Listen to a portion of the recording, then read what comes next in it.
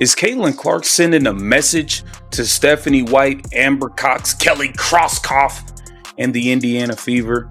A message could be being delivered. Many people are speculating with this bold move that Caitlin Clark just made ahead of her game versus the New York Liberty. Also, it looks like Aaliyah Boston might be held out. Who cares? The girl don't pass the ball to Caitlin Clark anymore. She don't set screens, all of this stuff. And it's clear as day through the video footage that Caitlin Clark is still being sabotaged by the WNBA. Caitlin Clark is becoming the center of storm in Indiana, and fans think the clues are piling up fast. From surprising bench minutes to missed passes and a shocking sneaker connection. Something doesn't look right. But what happened next is Fever fans asking one uncomfortable question. Is Indiana really building around Caitlin Clark? Indiana Fever fans have apparently become part-time detectives, part-time basketball coaches, and full-time conspiracy theorists, because every time Caitlin Clark sits on the bench or waves for a pass that never comes, somebody starts connecting the dots. Now, Stephanie White is at the center of a theory fans cannot stop discussing. Is this simply coaching, or are the Fever making their biggest superstar look strangely expendable? Either way, the evidence fans are pointing to is becoming harder to ignore. This is why we watch. 37 points, 10 assists, 13 of 24 from the field. She was 8 of 12 from behind the arc. Let me repeat myself. Caitlin Clark was 8 of 12 from behind the three-point line. Just an unthinkable performance. And I mean, early on, she was turning the ball over, and it seemed like she was on track for maybe not one of her best performances. But the aspect to Caitlin Clark's game that nobody else has is the daggum shot making from behind the arc. Sometimes the loudest message in sports isn't spoken at a podium or typed into a tweet. Sometimes it's delivered through substitution patterns, through a bench that stays empty of a superstar during crunch time, and through possession after possession where the open shooter never sees a basketball. Somebody that likes to feel like I am the voice of the people, the voice of the fandom. I like to take the temperature, not rectally, of the fan base. That's not happening. Some kind of a more less intrusive kind of way. Oh, Caitlin Clark fans are not happy. I saw Stephanie White's name trending and I was like, click. Got to be. That is precisely the story unfolding in Indiana right now. And it centers on a rookie phenomenon who has single-handedly changed the trajectory of an entire league, only to find herself watching key minutes from the sideline, while her own franchise seems determined to prove it doesn't need her as much as the rest of the basketball world believes. The Indiana Fever are back. That's right. They destroyed Chicago tonight, 113-90. And consider the circumstances, okay? They played Saturday night in Brooklyn. They didn't arrive into Chicago until 3 this morning, and they were finishing their 5th road game in the last 8 days. But apparently nobody told Caitlin Clark she was supposed to be exhausted and tired. She was not. Caitlin Clark was Indiana's most consistent force from beginning to end. She set the tone early. She controlled the pace. She made the entire offense go for Indiana. This is what the Fever looks like when everything runs through Caitlin Clark. Caitlin Clark has spent this season rewriting what people thought was possible for a first-year player in the WNBA. And yet somehow, the Indiana Fever have managed to create a situation where a fit within the organization looks shakier than ever. Caitlin Clark introducing the Statue of Liberty edition, the New York Liberty edition. I already know you damn near besties with Sabrina. We think you cool with Lexi. No, you go way back with Sabrina. Caitlin Clark could be sending a message to the Indiana Fever. Hey, I might not sign that epic. Y'all pushing everybody else for MVP. Stephanie White is having tantrums every time I shoot the ball. She's falling over herself on the sideline. Before a matchup against the New York Liberty, eyebrows shot up across the basketball world when Clark stepped out wearing a custom Liberty-themed colorway of her own signature shoe. On the surface, it could be dismissed as nothing more than a marketing rollout. Another sneaker drop designed to sell a product. But context matters, and the timing here is impossible to ignore. This wasn't just any shoe reveal. It was a statue of Liberty-inspired design draped in New York's colors, unveiled right before Indiana welcomed one of the most talent-loaded rosters in the league to their building. Whether intentional or not, it read like a signal. And once fans started connecting the dots, they found plenty more evidence to support the theory that Clark's patience with her current situation is wearing thin. To understand why a shoe colorway could spark this much speculation, you have to look at what has actually been happening on the court in Indiana. Because the on-court reality tells a story that's far more concerning than any sneaker campaign. Under Stephanie White, where every possession mattered and every basket carried weight, Clark found herself parked on the bench for stretches of the second half, not because of foul trouble, not because of injury, but simply removed from the game at a moment when Indiana needed her most. Stephanie White is actively sabotaging Caitlin Clark's career, and we're all just watching and nothing's happening. They're running a ball screen. Why on God's green earth is Aaliyah Boston not setting the ball screen? So if they switch, you got a big and John Kel Jones switching onto Caitlin. Like, look at this. Look, pass the ball, pass the ball, pass the ball. Look, Caitlin wide open. Clank. Pathetic. Well, let's watch it again one more time. Look, Caitlin's wide open. Nobody's on her. Look. This is pathetic. For a franchise whose ticket sales, television ratings, and national relevance have all been built on the back of this one player, benching her during winnable, high-stakes moments sends a message that's hard to unpack in any positive light. And it isn't just about minutes on the clock.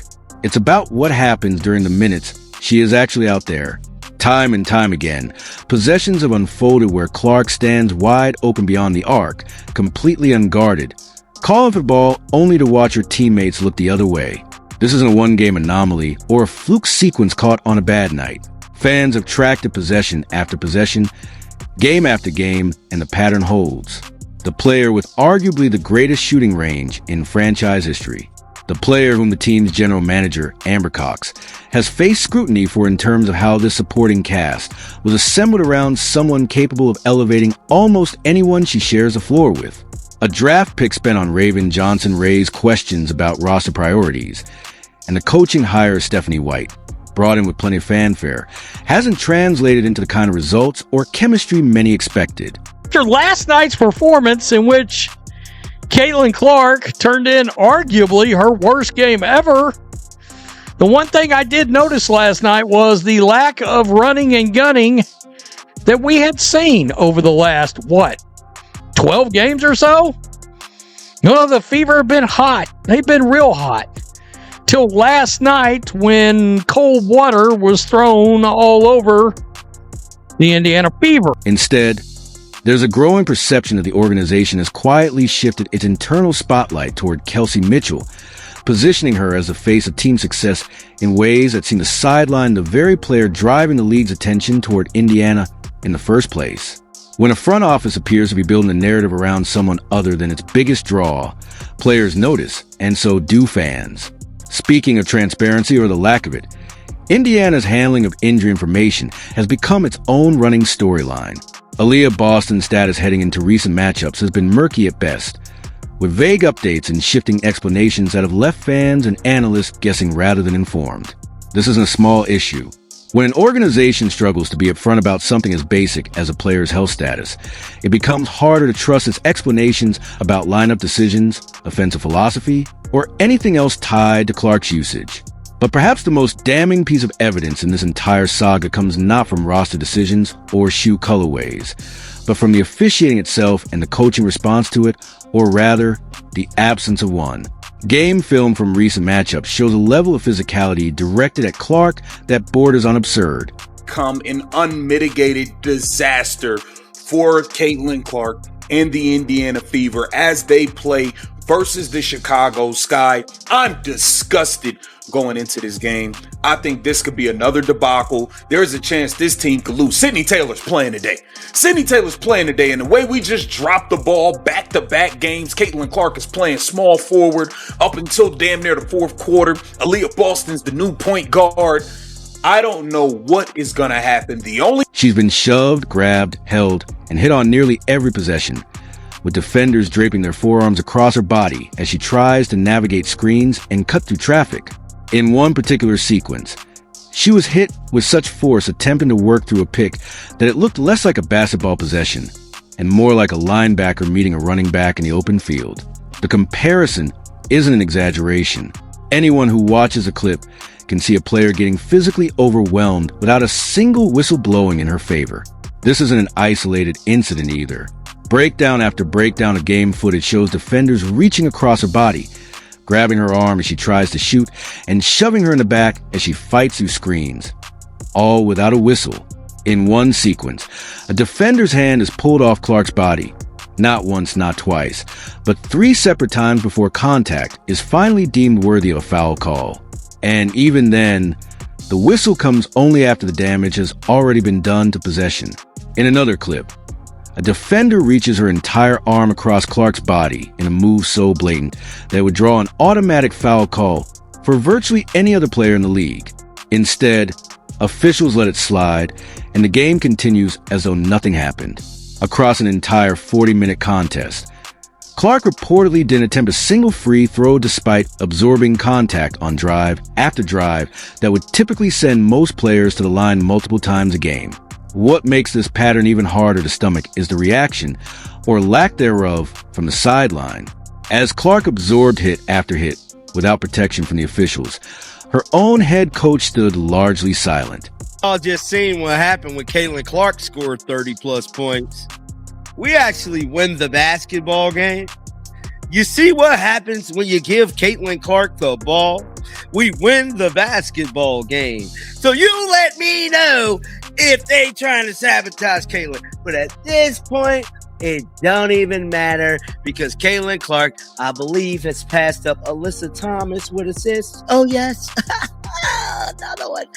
There was no aggressive pushback, no heated exchange with officials demanding accountability, and no visible fight on behalf of a player being physically punished on national television.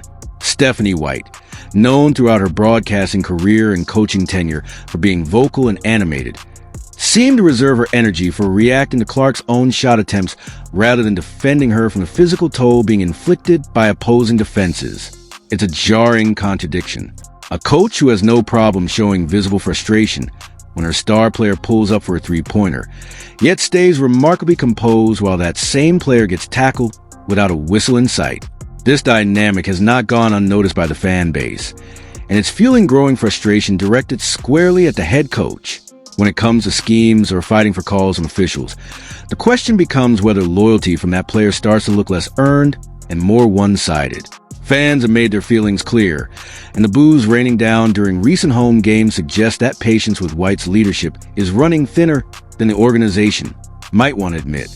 Most fun thing you've ever seen a women hooper ever do. And let's not neglect Kelsey Money Mitch. She came alive in that second half. 30 points. She shot it 6 of 9 from behind the arc. I mean, this Fever backcourt was absolutely insane. We're going to get into it all today, but mind you, this is on the heels of everybody kind of crashing out on Caitlin Clark. She missed the clutch free throws. They're saying she choked. You saw the Indiana Fever playing too much iso ball, and everybody kind of comes out and they condemn the team. And I get it. It doesn't look like the Fever that we have been accustomed to seeing. All of this paints a picture that's difficult to interpret as coincidence.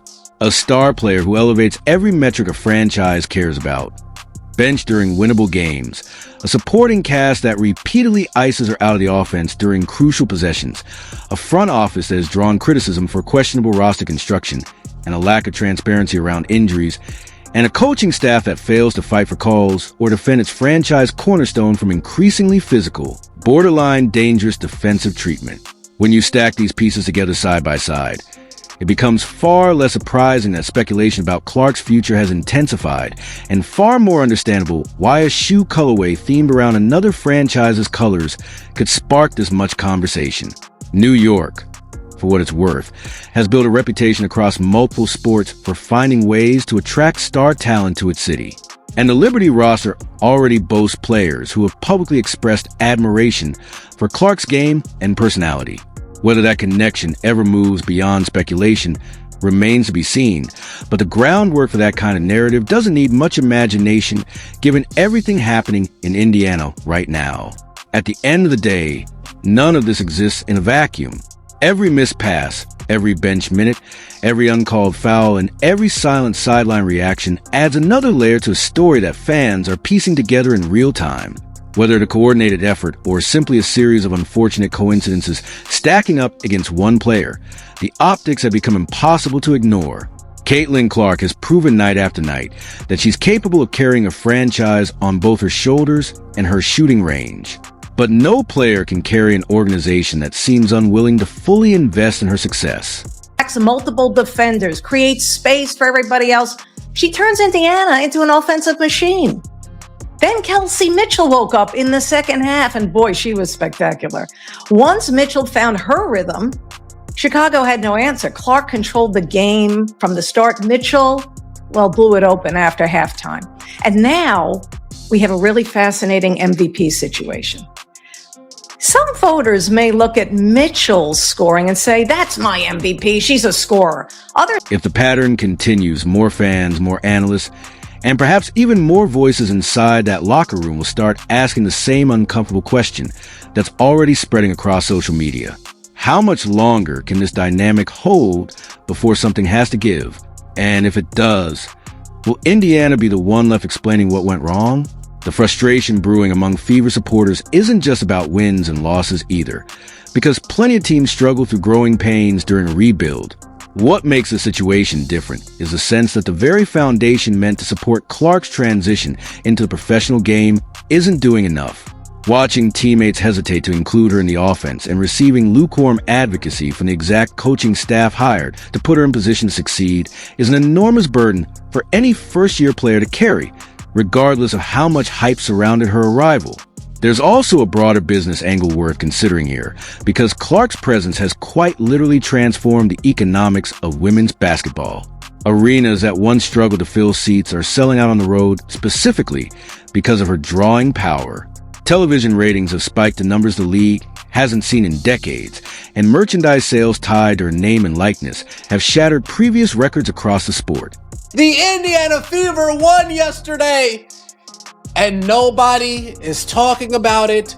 Nobody cares about it because we're only here for Caitlin Clark. Oh my God, AB played well. Yeah.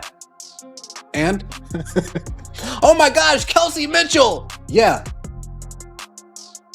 And? The Indiana Fever.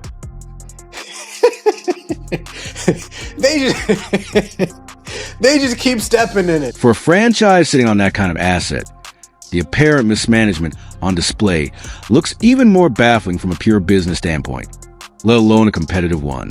Organizations typically bend over backward to protect and support players capable of generating this level of attention and revenue. Yet Indiana's handling of the situation suggests either a stunning level of organizational dysfunction or a genuine reluctance to build around the way common sense would dictate. It's also worth remembering that players talk, and locker room dynamics have a way of surfacing publicly whether organizations want them to or not. If teammates are genuinely freezing Clark out during possessions, whether out of jealousy, misplaced pride, or simple stubbornness about ball movement, that kind of tension doesn't stay contained forever. Chemistry issues have a habit of bubbling to the surface during losing stretches. And if Indiana continues struggling to translate individual talent into collective success, don't be surprised if more reporting emerges detailing exactly what's happening behind closed doors. Until then, fans are left piecing together clues from game film, press conference body language, and roster decisions that continue to raise more questions than answers. What happens next remains uncertain.